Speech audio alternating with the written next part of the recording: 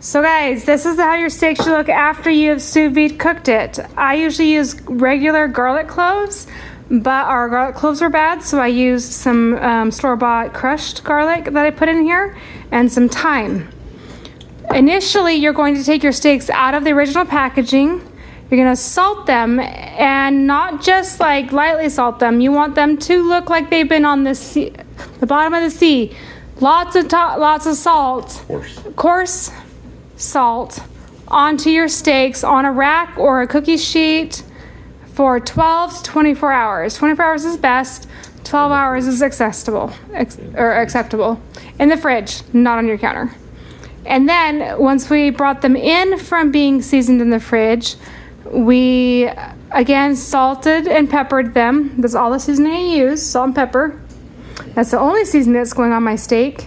And then this is thyme. And then my garlic, and we food savored them. If you don't have a food saver, you can still do this with Ziploc baggies, but food saver draws the flavors and the seasonings and stuff into the meat instead of it just being surface level. So now I have my pan heated up. I'm going to add a little bit of oil. And I don't know if I need two of these pans. I haven't used them yet, so some oil. I need to turn this on. Put this down. On like a medium-high heat. This is a little bit high. So I'm going to throw, you do not put the thyme or the garlic into the pan at this time. So scrape it off.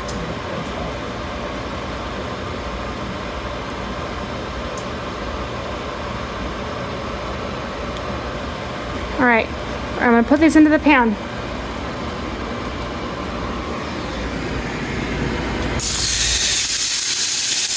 My filet is super thick, so we'll see how it turns out. But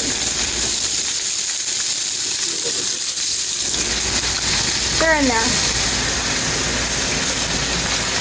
I'm going to cook them on this temp. Let me turn the fan off. It's super loud. I don't know. So I'm going to cook these for 2 minutes on the medium-high heat. You don't touch it. Do not move your steaks. They sit there for the 2 minutes. Do not touch them. You hear me, Josh? Don't touch them. All right, so the 2-minute timer has gone off. Sean's steak is a lot thinner than mine. If you're a thinner steak, you skip this next part. See that crust on there? That's amazing. So mine, because it's so much thicker, I'm going to, that crust looks great. I'm gonna sear the sides because it is a lot thicker, and most of your steaks are probably this thickness. So how long, like 30 seconds like a side? 30 seconds on each side. You can pause it. Okay, so normally you just flip it over. Again, for that 2-minute timeline.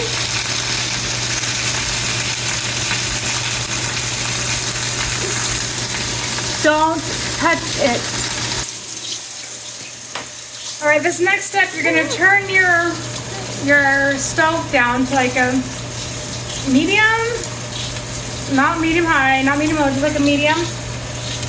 And I cut off some butter and put it in the pan. I'm gonna scrape, this is where the thyme and the onion come in, or the garlic come in. Scrape it in there. I move the butter around until it's melted.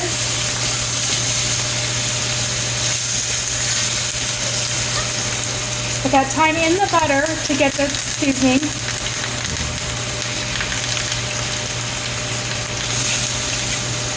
Now, that butter will still melt, but I'm going to take my spoon and set a timer for 1 minute. And you're going to do this each side. 1 minute. You're scooping this butter, this seasoned butter, over your steak. Including the garlic and thyme. Yep. Move the fluids. You scoop it over. for 1 minute. And then I'm gonna flip this over and I'm gonna do it another minute and then I'll show you what happens next. All right guys, you're gonna take your you made your buttered steak off. You're gonna take it over here. The maitre d' butter that is on the recipe is on, the thing I just sent you guys. This is the maitre d' butter. So you're gonna take it over and it says lemon and parsley and salt and things. So you're gonna come and put it on your steak and you're gonna let it rest for about 3 to 5 minutes. And you're gonna cut into it and you're gonna enjoy. That is how you make the most delicious steaks ever. The resting lets it cook up to temperature, because if you cut into it immediately, it may not be cooked as much as you want. This is for medium rare. Let it rest, it will cook up, it will be ready. I fear yours is gonna be more than you. Yum.